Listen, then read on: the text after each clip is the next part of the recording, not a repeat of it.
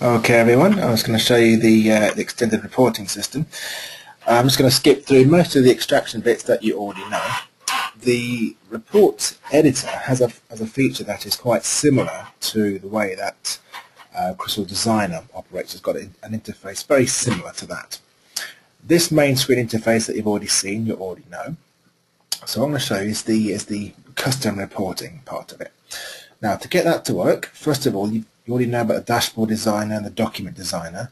The report designer over here allows you to create a report that uses SQL directly. Now, normally, you can only create a report in extraction that is based on the data model. So the abstraction that has been created in the data model is normally the only reports that you can create, as you can see here. However, if you have reports that are either based on the SQL code that you already know, or if you want to write your own directly, then you can, and that's what the custom report is for. Now, I've got some SQL code I've already done, so I'm just going to paste that in there.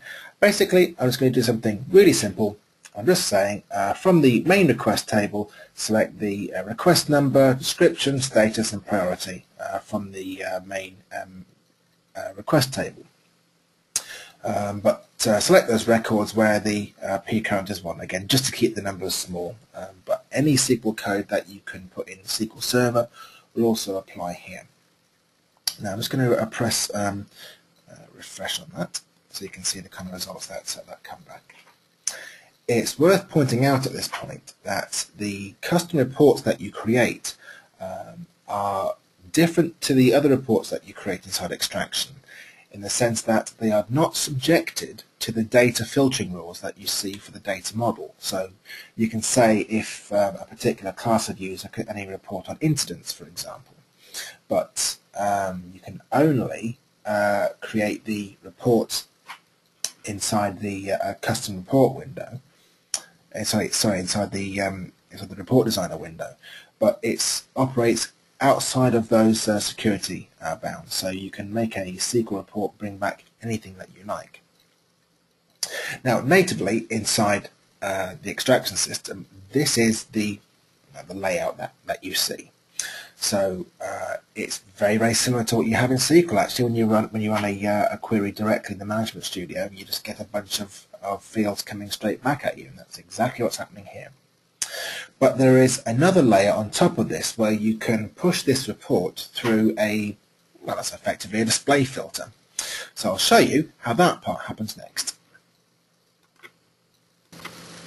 Okay, so then, if I just bring my screen back up, back into the extraction system, the first thing I need to do is to save this report. And all I need to do is go to File, Save, and I'll put mine into my admin user folder, and I will call it example 1, and OK to that. That now means that if I go into the main home page, I can come right towards the bottom. There's example 1, and out come the reports. So far, not really very exciting.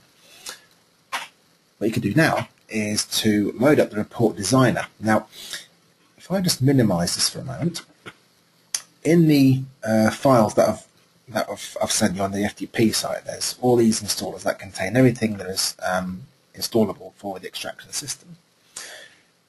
The thing you need to run and install is this DevExpress ReportDesigner. It's actually a standalone tool from the extraction system, but they've got rights to redistribute it. And if you run that, it's just a self-extracting zip file. You can put it anywhere that you like. What I've done is that I've put mine, if I just come back up here, I've put mine just in the C program files, Hagrid software, and I've just put it in there. It doesn't really matter where you put it, but I've just kept mine there. Inside this folder, there is the reportdesigner.exe. And if you run that, you'll get a screen that looks very similar to this. Now, I'm going to come back to this in a minute, but this is just showing you how to deploy the report designer, because we're going to need this in a minute. If I come back to the main extraction window, what I need to do now, if I just come back into the report designer window and just load my example 1 report, so just load it in there. Okay, with my result window here, just refresh the results there. What I'm going to do is I'm going to say that I want to export the designer data source, and what this will do is that this will render an XML file, and I can save it anywhere that I like, but this XML file describes the fields that you're seeing inside this window right now. So I'm going to say that I'm going to do an export the designer data source. Are there any parameters for the SQL code? You can write the SQL code that accepts parameters, so you can say show me all requests where the status is whatever, and you can put that parameter inside here. The extraction help documentation does actually tell you how to do that. It's quite straightforward, so I'm not going to cover it here. But as long as you have a working SQL, query, you're fine. So there's no parameters need to put in. So I say, okay, do you want to open or save this file? Don't open it, you need to save this. So I'm going to save this to, I'll save it to my C drive, and right at the top, report template.xml. Okay, so now I need to come back into the report designer that I was telling you about earlier. And from here, I need to create a new report. So I'm going to say new report here.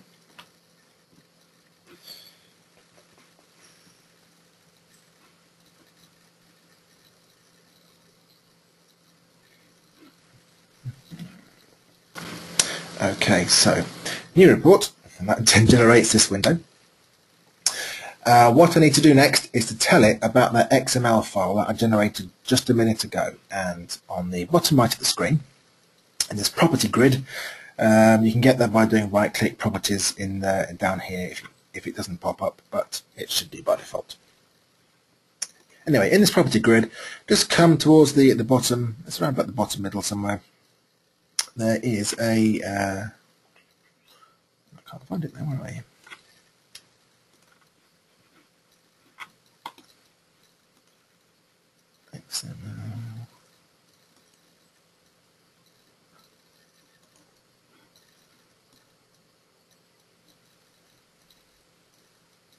Ah, there it is. Can't see the wood for the trees. Okay, in the XML data path, what I'm going to do is I'm going to click into here, and I'm just going to go and find that XML file that I generated earlier. So I'm going to go to C drive, report template.xml, and once that's in, that should be all I need to do with this particular component of it. I now want to come over to the Report Explorer. I'm just going to close this window down over here, get this out of the way. In the Report Explorer, there's just some properties about the various aspects of the report, but the bit I'm interested in here is the field list. And if I just expand that, all the fields that you've declared in your SQL query and were described in the XML are now shown here. And to bring them out into the report, it's just a simple case of drag and drop. Now, there's loads of things you can do. It's basically a report designer, so if you're familiar with these things already, then you can just drag various elements in there and cosmetically design the report. So the header always appears at the very beginning of the report, and the detail is actually what is the meat of the report there. So again, I'm just going to keep this very, very simple, just so you can see what's going on, and once you get to this point, I'm sure you can take it from here. So once you have the report here, next thing I'm going to do is just to bring across various elements. So I'm going to say bring back the request number. Start there. I'm going to bring across the description of the request. So let's start in there. I'll bring back the status just underneath it. So let's do that, and the priority as well. So again, something very, very basic. I'll do a couple of shapes just so you can get a flavour for the kind of things you can put in as well. So let's choose a shape element. There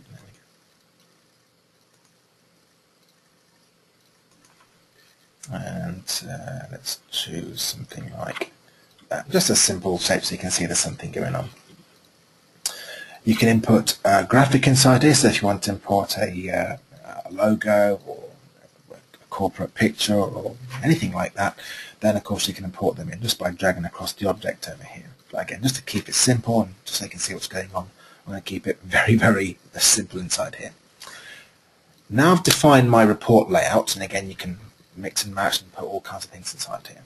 What I'm going to do is to save the changes that I've made. So I'm going to save it back into that location. Note that this time it's going to save a .repx file. So we're going to save that into the C drive again. Again, the location doesn't actually matter, but just to keep it simple, I'm keeping it in the C drive. Now this time, back into Xtraction. This time what I'm going to do is that I'm going to go into the template. I'm going to tell it I'm going to upload this repx file, this repx template that I've just created. So I'm going to go into here. It gives you a simple little window to upload it. So I'm going to browse to the repx location. There it is. Upload that. Your template has been uploaded. Okay. And well, actually, that's it. But so far, you're probably thinking, well, nothing much has particularly changed. Well, where the Xtraction documentation doesn't make it very clear is that it doesn't create, oops, let me just go back here, important change. Once you've uploaded the template, don't forget to save. That's a really good gotcha that I always forget. So just save that change. Yeah, so it doesn't create another one of these views. What you've just made is it's a cosmetic filter for the results that come out through here. So rather than seeing a series of fields like this, what you can do instead is that you can tell it that you'd like to export the report. And if I say yes, I'd like to export that, and I can export it as a let's see, as a PDF document. Let's try something like that. If you export it like this, as it stands right now, then you'll get an output of, well, pretty much exactly what you see here, in pretty much this format: rec node, description, status, priority, all the fields that you brought out in a pretty much static straight export, really. But if you tell it you want to use the template, it will filter these results through that repx file that you've just saved. So, and it's going to save it into a PDF format when it's finished. So, OK to that. And just let it do its stuff.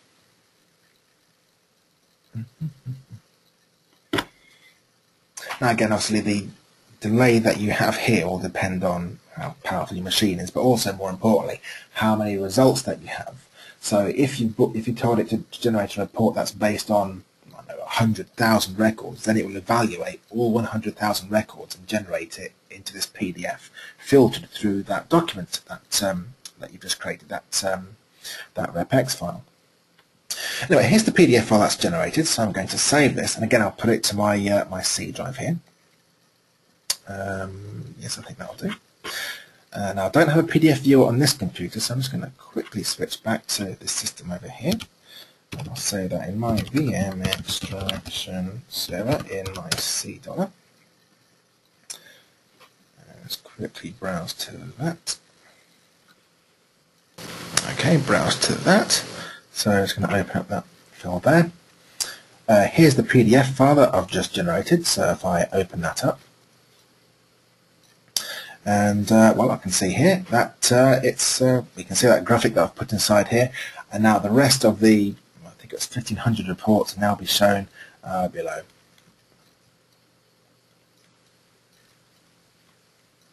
So again, you can see that you can actually control the layout in terms of where the fields go, what shape they take. So the width that they have is determined by how wide you stretch the field. If there's more data than the width, then as you can see, it word wraps down here. And well, that's basically what that's how you generate them and how you set them up. There is some other information as well. If you go into an experiment, you'll get the feel of it pretty quickly. But in the report designer itself, there are other things you can do as well. So once you just let my screen quickly swap back in, you can define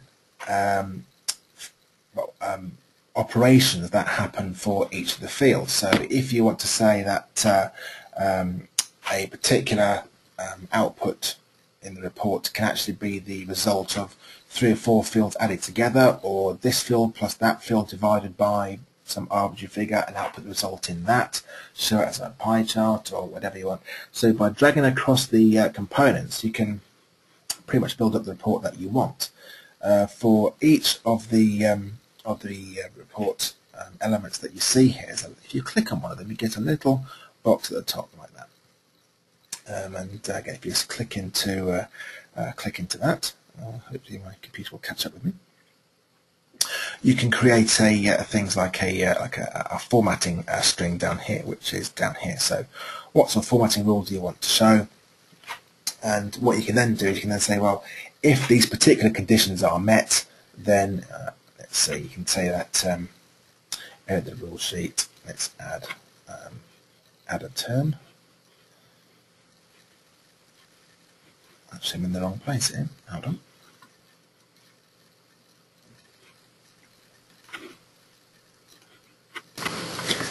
Right, let me try that again. Okay. In the Report Designer, you can get it to do operations on fields as well as doing calculations. But a simple one you can try. So I'm just going to choose the table priority value here, and I'm going to say that I'm just going to go into that and go into the formatting rules of this particular control. I'm going to go into the formatting rule. Again, you can make as many as you want, but I'm just going to edit this particular one. And I'm going to say that, well, let me show you how I got to that point. You can choose any number of operations that you want to choose, fields, constants, variables, all that kind of stuff.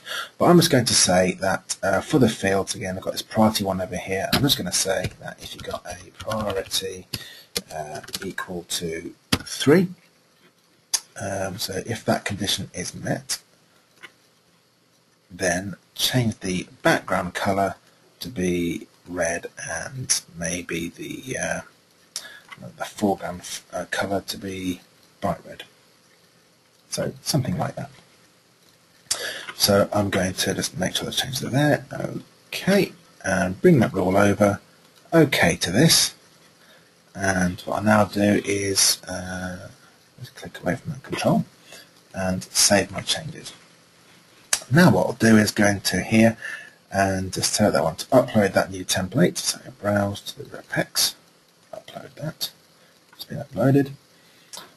Tell it that I want to pull down my report again. So PDF through that template. So OK to that. Generates the file. Save it as a PDF. Yes, replace the file. And now when I come into here, if I read the PDF file now, what I can see from here is